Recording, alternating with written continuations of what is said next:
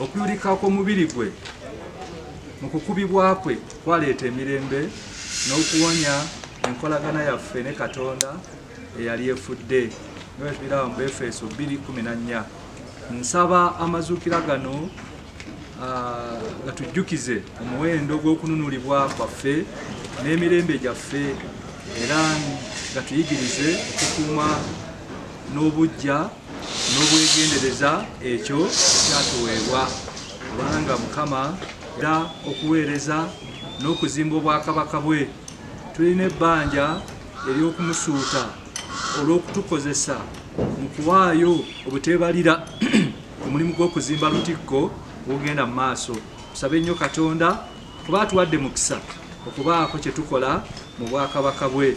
Tumwebaza olw'abo bonna. Kiraga 2:26 bwe gatuukidde ng'eggwanga lyakamala okuyita mu kalulu ka bonna, nga muno mulimu abantu bangi abaakosebwa mu bintu bingi, era abamu nga basanyuka n'abalala nga bakaaba, naddala abo abataafuna mukisa okuyitamu, so nga n'abamu obulamu bwakosebwa ddala.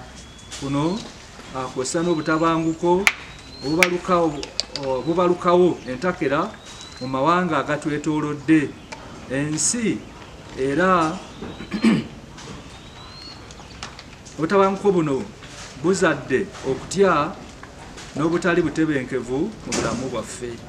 Gyatutunulira ennyo embeera eno nga twakamala akalulu k'eggwanga weewawo naffe mu kkanisa, naye nsaba kyonna eyayitamu weebaze Katonda, ate ayitamu tunuulira Katonda, eyo si yali enkomerero yo. Ate n'embeera ezitwetoolodde ez'obutabanguko mu maka, mu mawanga agatwetoolodde, n'ebizibu bingi abantu basisinkana ennaku zino, era tutuukidde mu mazuukira gano nga weebiri. Okulaba ng'eziyiza emizengo egyo egy'abantu, kubanga kati olaba ne mu bitundu bingi abantu basituka ne bajja ne bawamba ebintu lwampaka nga tewali afaayo. Abantu abo baagala kukwata n'amaanyi okulaba nga baziyizibwa okufuna ebyobwerere mu ngeri y'okukosa abalala. Ate kaakati gavumenti nga mbategeezezza etuwadde emmwanyi, tugyebaza.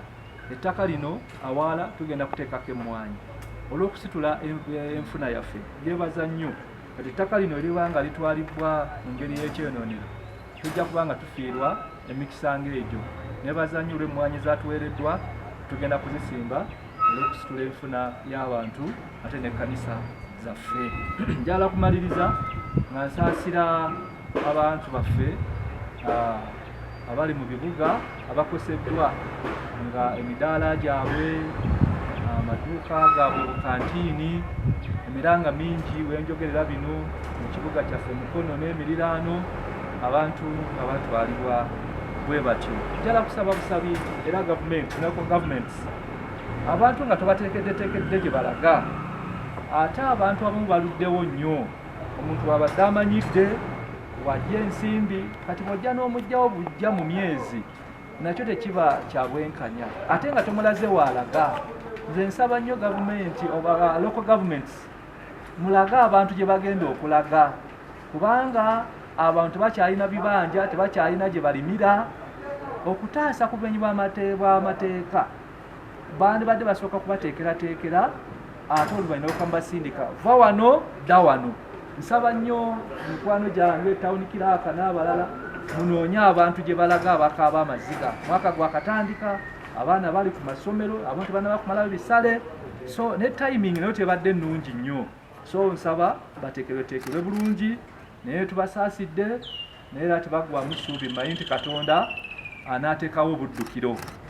Tubasabira Mukama abawe ate obusobozi okulaba nga tufuna atawo okulaga awalala. Ronald Muwenda Mutebi, ate okutuuka ku mazaalibwa ge ag'emyaka 71 egy'ekitiibwa. Mumanyi bulungi ffenna abali mu Buganda wano nti Kabaka ssanyu lyaffe. Ayi beene tukuyozaayoza era tukwagaliza emyaka emirala mingi egy'ekitiibwa ng'otusanyusa njala nnyo okwenyumiriza olwabeene emyaka gino 71 egy'ekitiibwa waliwo bingi ebituukiddwako. Kabaka afuddeyo nnyo eri abantu be. Ennaku zino tulaba nga ayingidde mu byobulamu, amalwaliro mangi gazimbiddwa ku musingi gw'Obwakabaka. Ennaku zino twasanyuse, alina ekigambo ekyansanyuse ennyo eky'okutandika amasomero g'abaana abato, so nga n'ag'abakulu gabaddewo, so olaba Kabaka nga naye ayambyeko ku byenjigiriza, ate n'abaana baffe bangi mu bitundu byaffe obasanga. N'amasomero g'engenzeemu jjuzi nabadde ndwadde mutwe ngawo n'abaana bali ku basale za Kabaka. Ekyo nakyo kikulu nnyo okulaba nga Kabaka afuddeyo ku bantu abo naddala abali mu mbeera enzibu. Olaba bazimbiddwa amayumba, ebyobulimi mwebiri, olaba eriyo saaka eziyamba abantu. So twenyumiriza mu Buganda tiwaliwo okugenda mu maaso n'okusinga byonna okufaayo eri abantu abo abali mu mbeera enzibuzibu. Mumanyi bulungi galina enteekateeka nnyingi omuli n'emisinde egy'okulwanyisa endwadde, naddala endwadde ya mukenenya. Bannange twongera okukubiriza abantu ba Katonda mwenna, naddala abavubuka, bannange twekuume. Tewali ddagala ddala ligenda kututaasa kawuka ka mukenenya okuggyako okubeera abeesigwa. Abavubuka mubeere beesigwa eri obulamu bwammwe, abafumbo babeere beesigwa eri bafumbo bannaabwe. Mukama abawe nnyo omukisa.